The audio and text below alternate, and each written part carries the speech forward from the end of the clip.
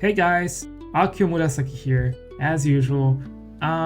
So the thing that has always been happening has happened again. Yes, today we are going to be talking about Where Winds Meet and the IGN article about the game and the general impressions I have that the reviewer has as well, and how the impressions of the reviewer, how do they, stack against the actual gamers. And as I said, this thing has happened before, has happened multiple times. In fact, I will try to add some detail and some nuance to the conversation since I see it's very often missing. But first, we have this post from IGN on Twitter. IGN gave Where Winds Meet a 6. They wrote it's okay. And just a reminder what other games IGN has been reviewing. They have been reviewing Concord, which was a horrible mess, and they gave it a 7. It's maybe not the most innovative or content-heavy hero shooter. Oh no, really? But with such fantastic competitive gameplay, I'm sure it has. Yes, just like any other hero shooter. Then we also have, of course, this conversation would not be complete without mentioning Dragon Age the Veilguard, which IGN gave a 9. And then another one here, we have Assassin's Creed Shadows, which they gave an 8, unsurprisingly. Now, people very often say, IGN gave an 8, IGN gave a 9. There is some truth to this, there's not so much truth to this. That's why I said I wanted to add some nuance to the conversation. So first off, obviously, all of these reviews are being written by different reviewers. So theoretically, their opinions are going to differ. They're not, 100% representative of the opinions of IGN as such. However, on the other hand, there has been, well, first it's the quality of the reviews and which varies greatly, I have to admit. And on the other hand, IGN is not exactly, or should not be, a blogging platform so that any reviewer can write whatever they want and their opinion is somehow treated as gospel. And then the other thing, as I try to highlight here, there is a trend. I think some people are going to say that a lot of the Asian games are getting hate from IGN because they're from Asia.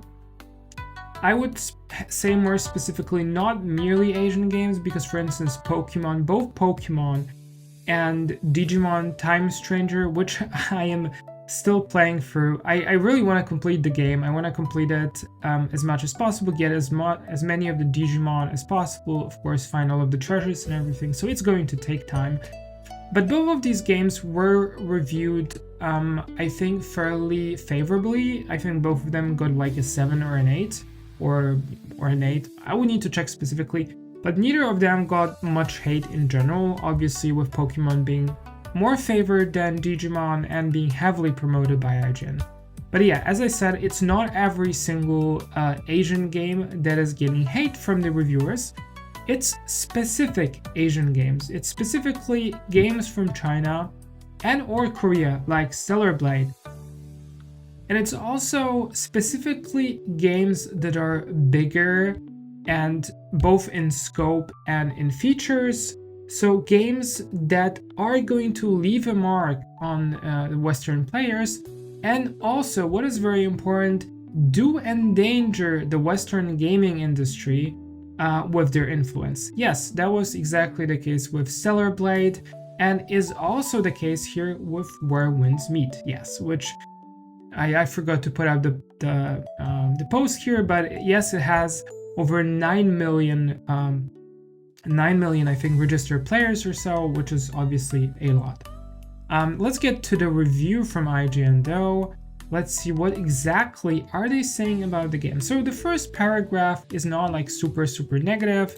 I kind of skimmed through it a little bit, but I just want to go for it together with you guys, of course, because its first impressions are very important. So yeah, so the first paragraph here is not entirely so bad. They do mention that they mentioned the infectious charisma, they mentioned the general appeal of the game. What I also have to agree with here is that Combat is steady, enjoyable ebb and flow that is full of style and substance, but at a slower and more tactical pace than you might think from just watching it. That has also been my experience from playing the game for, I think, a couple of hours now. Not as much, admittedly, as I would like to, because I'm constantly getting bogged down by either being sick or jobs or whatever, work in general. But that is absolutely true here, that the combat is a little slower than you might expect. It can be fast-paced if you wanted to, and especially if you flow well with the parries, with the blocks, with evasions and everything. But it's more tactical than might seem from just watching it. That part is absolutely true. The collage of stories, that we have the main saga, then we have the smaller fables. I, in general, would like to say it's absolutely amazing how the side quests very often are not kind of like, oh, go pick up this, go pick up that, but they're kind of like, you need to explore them, you need to interact with the world to actually get them. Some of them from, for instance, eavesdropping, some of them for looking for like a, by sound, for looking for a specific NPC, for instance. So it's not just that there's like an NPC standing around in the middle of the city with like a quest marker. That's not the only thing you can encounter in Where Winds Meet, of course. Okay, so what else is there? If you've seen movies, like, to be honest, I understand what they're trying to say, but I'm just going to straight up say it's very, very racist. Because Crouching Tiger, Hidden Dragon was very clearly a movie made to be like kind of like a Western blockbuster. Yes, obviously it's a wuxia movie, but it was made in a way that would be appealing or known kind of to Western audiences as well. That's at least the impression I got from the movie. And also funny that they mentioned Kung Fu Hustle again. These are movies that are kind of like more approachable for Western audiences. There's a bunch of other both kung fu movies and wuxia movies which are not. I personally do recommend actually watching a lot of the kind of like wuxia Chinese dramas, which are really good quality. The acting for these kind of dramas is absolutely amazing. Costume work is also great, especially compared to much of the slop that has been coming out in the West. But let's not get distracted and continue and not listen to me glazing everything that comes from China. So genre is heavy on operatic and exaggerated fantasy. That's obviously true. We have the Wanderer type. Everything is very, very magical, very wuxia in Where Winds Meet, so that is absolutely true. Okay, vibes are amazing. The graphics are also amazing. I'll see if that comes up a little later. I was actually super impressed by the performance, the graphics and the performance, because the graphics are not only amazing, but they run perfectly fine, at least on my hardware, which I think is, I would say it used to be top. Right now it's rather squarely in the middle. When you go by more Western standards, game runs perfectly fine, no problem whatsoever. Everything, max details, bloom, whatever. It looks gorgeous. When I started playing it, I'm just gonna slide in my impressions here as well. When I started playing it, my absolute first impression was that I can put away all of the gacha games straight away, because this game is just so much better than anything. It is literally that freaking amazing. Okay. But that's basically my impression. Let's see what the reviewer says next here. We have the mini games. We have the atmosphere here. We're talking about the fictional version of 10th century China. Okay, so a little more glazing, surprisingly. We have lavish palaces, haunted caves, dank dungeons. Is a run-of-the-mill one with a handful of memorable moments that would be moving. Okay, here's the first criticism.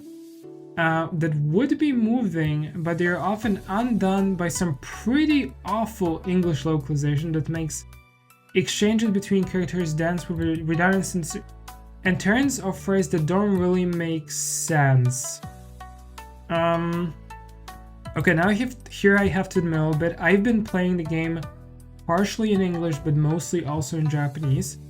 I was very curious how they're going to handle the Japanese localization. I think it flows a little better than the English localization. There's, let's say, some of the Asian terminology makes more sense in Japanese than it would in English, I think. And also the English localization is missing some elements, like for instance, the little girl at the very beginning is calling the main character boss, and that part is not in the English localization. But otherwise, I think it is okay. Like, the English version is not exactly terrible. Like, there are maybe some elements that sound a little bit corny, but again, I feel like considering the setting, and funny enough, the movies that the reviewer here mentioned, that does seem to be on point. So I'm not exactly sure what is the pretty off localization that they're talking about. Anyway, weird technical issues like voice lines running over one another. Someone did mention this. Subtitles not matching the words coming from the characters' mouths. I did not have this problem in the Japanese version. I don't really remember having this problem. I would say it is pretty on point with the text, with what's being said plus the text. I would need to pay a little more attention because so the way I look at the subtitles sometimes is that I more listen to what is being of what is actually being said, rather than trying to track and align one and the other. So sometimes I simply don't notice what's actually written.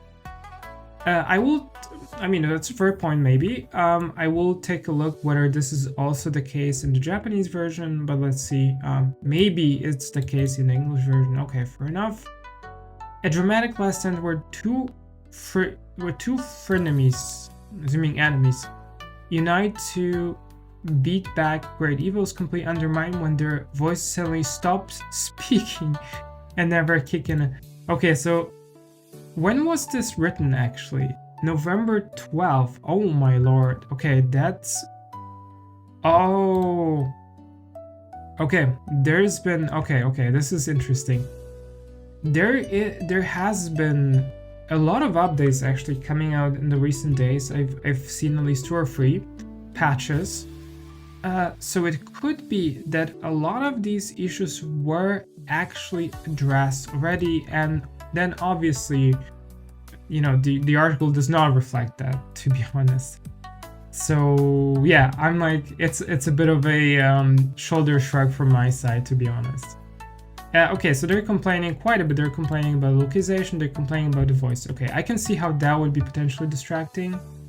Later in chapter 2, in your ally, Dawn disguises but after changing, your model looks no different. Okay, that's interesting, which is very jarring when party guards... Okay, that's interesting. I haven't seen this yet. The main campaign is only 2 chapters, but they're long. There's also, just to mention, there's like a lot to be done in the game other than just following the main story. So diversions, side quests, and minigame doubling, they took me roughly 30 to 40 hours to complete. Which is, by the way, 30 to 40 hours. This is as much as you would get from some of the main titles. I would say main title Western games. So that is a lot. That is definitely a plus for War Winds Meet. Eat button up there leaves the journey of your wonder on a rather unsatisfying cliffhanger. Okay, I'm gonna continue the story. Let's see. As voice suddenly cut out. Okay, so this would potentially be a pretty big issue, I guess. Maybe dropping even 2 points on the review. I can certainly understand that. Various side stories have the same uneven quality. The best okay, on the whole, the best of them are better written and have more interesting than the main campaign. Okay, as well as greater dramatic range. I think there's also a lot to be said in the writing of like non-quest elements as well, like the random encounters, talking to random NPCs, which are not part of quests. I think this is looking also really good in Where Winds Meet. One story had me lean ghost to the after, but that sounds pretty good. Okay, stories only when you join some half-naked martial arts school trainees and what seems like a hazing ritual. Okay, is that bad? I mean, it sounds reasonable. They don't really see enough. That is actually a really good thing. Yes, there is spontaneity. That it just feels very immersive. But it's okay, sullied with way more of the technical blemishes that undercut the main story. And they seem to be fixated on a lot of these technical issues, which I don't really understand. Okay, the combat is energetic. We have 7 weapons, they're deadly. The one actually I picked, the umbrella, I'm not very fond of it right now. And I very often see myself switching to just the basic sword. But let's see, maybe when I get a little better at parrying especially, I'm gonna manage the combat. You can equip 2 at a time, providing access to different kinds of offense that might give your kit some much needed flexibility. Okay, support tank types, that is true. I think the spear is kind of like a tank weapon. To weapon pairs that match their distinctions since switching between them offered greater. Okay, that's a great thing. Oh, they spend with a spear. Okay, and a glaive. Yeah, that makes sense. That makes sense. That would actually buff each other when I used. Oh, that's interesting. I thought that these are from the same category. Fair enough. To taunt my foes, where's my... Okay, so far this sounds good. You start with it. That is true. You get like an old spear at the very beginning, because you might find a rope dart. A rope dart. I don't remember seeing a rope dart. There is a fan. There is the umbrella, but a rope dart or bladed umbrella, yes. But there are needs one to you also learn a combat style to wield them with. I mean, I think at the beginning when you get to pick, I think, one combat style, and I did pick the umbrella, so I can already use it. When solitaire, before I found a style for an umbrella, I had picked up. Oh, when addressing the umbrella was under leveled, and that I would not need to spend resources to level up both. Oh, I see. So there are... Okay, so there are potentially too not worth the effort just to see if I liked it or not. So there are too many styles. I feel like this sounds and feels a lot like way older MMORPGs. I am now thinking specifically, I think of Silk Road. Not Silk Road, Nine Dragons. Yes, also a Chinese game. I do remember Nine Dragons had a similar problem where you had to read up quite a lot about the different weapons and character types and the different factions and how to play them accordingly, because each of them had their own kind of like main character archetype, like tank, warrior, buffer, and stuff like this. And once you invested into one and you didn't like it, like switching over was very time consuming, and I think you had to spend quite some resources to get there. So I can sort of understand where they're coming from.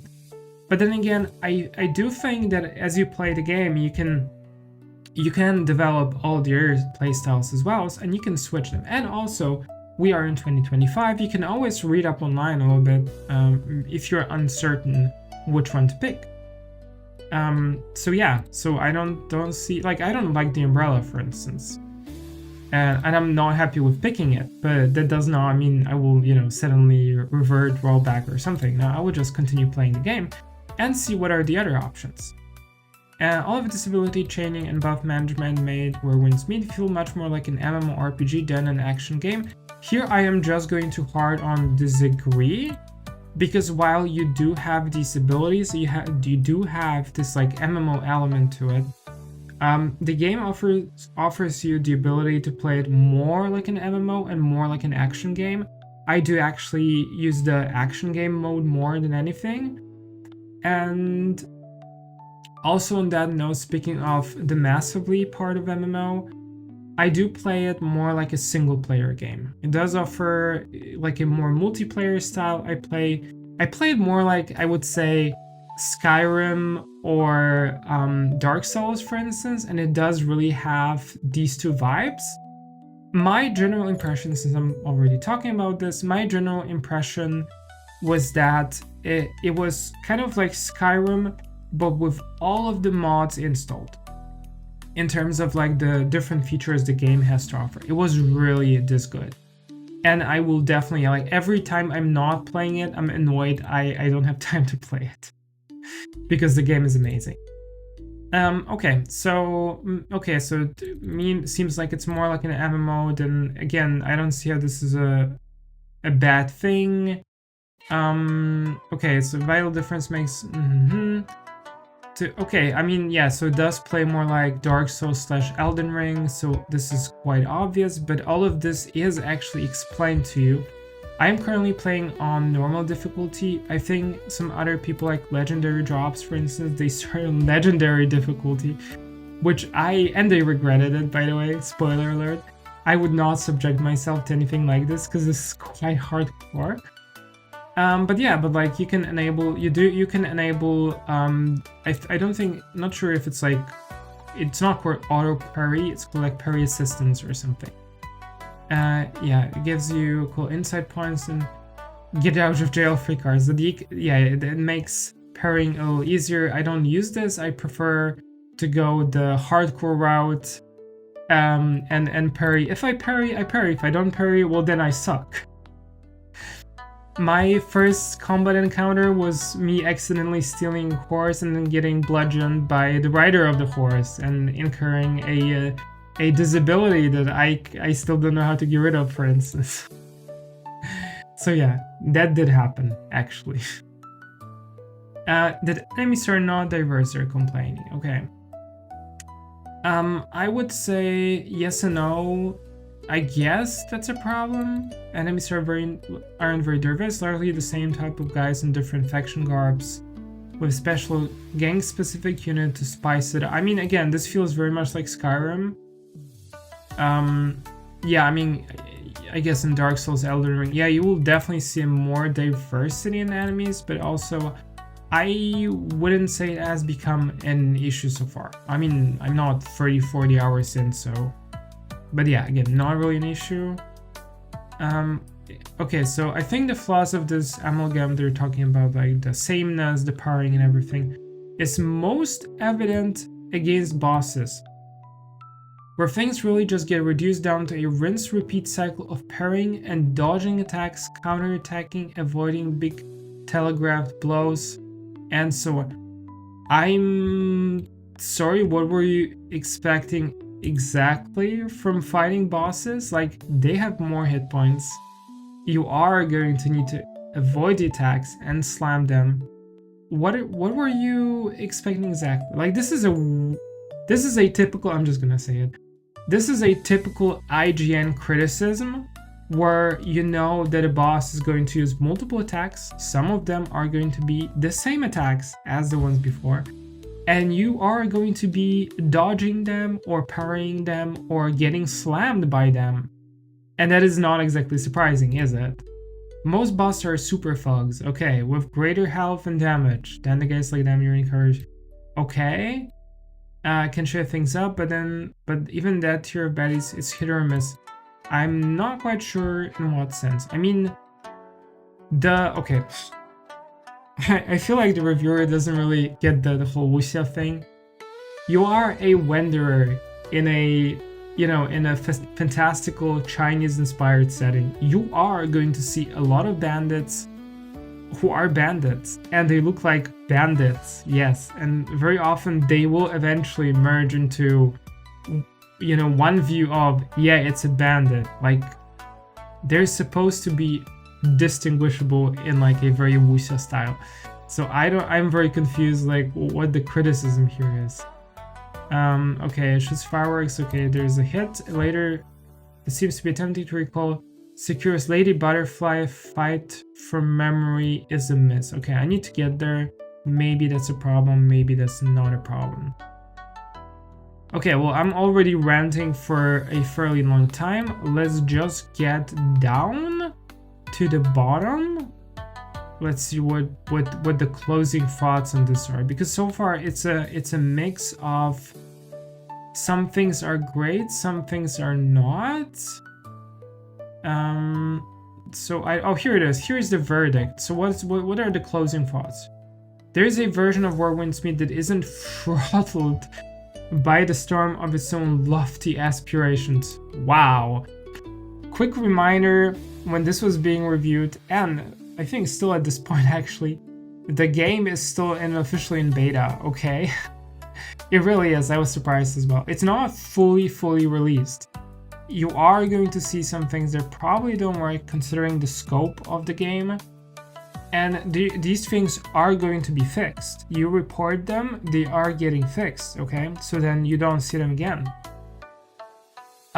So yeah, lofty aspirations, okay, fair enough. Has a great understanding of what makes wuxia such a compelling subgenre. It even does it, I would say, in terms of like general vibes. It is better both than Ghost of Yotei and Assassin's Creed Shadows. It is doing a way better job at covering, I mean, outside of obviously the stories, but covering basically the same elements that both of these games would have. So like, you know, kind of like a Dark Souls style combat, some sneaking elements as well. You do have them in Windsmeet, from what I heard. You know, collecting items, collecting weapons, trinkets, whatever. Very much like Assassin's Creed Shadows, you do have tons of mini games again. You also do have a ton of exploration that's more typical for, I would say, gacha games, especially the, you know, the open world 3D gacha games like Genshin or Wuthering Waves. This is also covered. And yeah, it is in terms of like wuxia. I think I'm not Chinese. Surprise, surprise. But I do think it does it in a very genuine fashion. So yes, it is compelling. And I don't clear pretty quickly that the attempt to shove many different kinds of experience into one game, only ensure none of these elements reach their full potential. I totally disagree, because with each passing day, the wins grow stronger. It should be really a saying, because it's going to get better and better with all of the bugs being fixed. So again, I don't see how this is being a problem. I feel like this is a very preliminary review. I am surprised they didn't consider this like a beta review or something, because this is not a 6 out of 10 game. Okay, let's be perfectly honest here. If it's still in beta, they should be reviewing the final release version, which comes out in a couple of days. I can't remember exactly. I think 15th of December, or maybe even today. I don't remember exactly now. But they should, in general majority here, should be reviewing the final version of the game, not like a open beta version or, you know, almost release version. And I do definitely not see how this is a 6, because like I'm reading all of these complaints and the review is fairly balanced, but then he still gives it a 6. To me, that sounds more like a 7, closer to a 7 than a 6. To me personally, this is an 8+ game. Graphics wise, hard 9, even maybe 10. Gameplay wise, 8 or 9, considering that there are some things that maybe get a little buggy or annoying at some point. There are things I haven't seen in this review, like being overwhelmed by the different menus, for instance. I did have a problem with that myself. I have to admit, there are a lot of different menus, so I can understand that if that is some sort of criticism. But again, that is at least an 8 out of 10. It's absolutely not a 6. So yeah, Jared, I don't know what you're smoking, my man, but stop smoking it. It's not working for you, okay? But yeah, basically that's what I wanted to say for this kind of quote-unquote analysis of the IGN review, and of course some of my early thoughts about the game. And I see you guys in one of my next videos. Mata ne!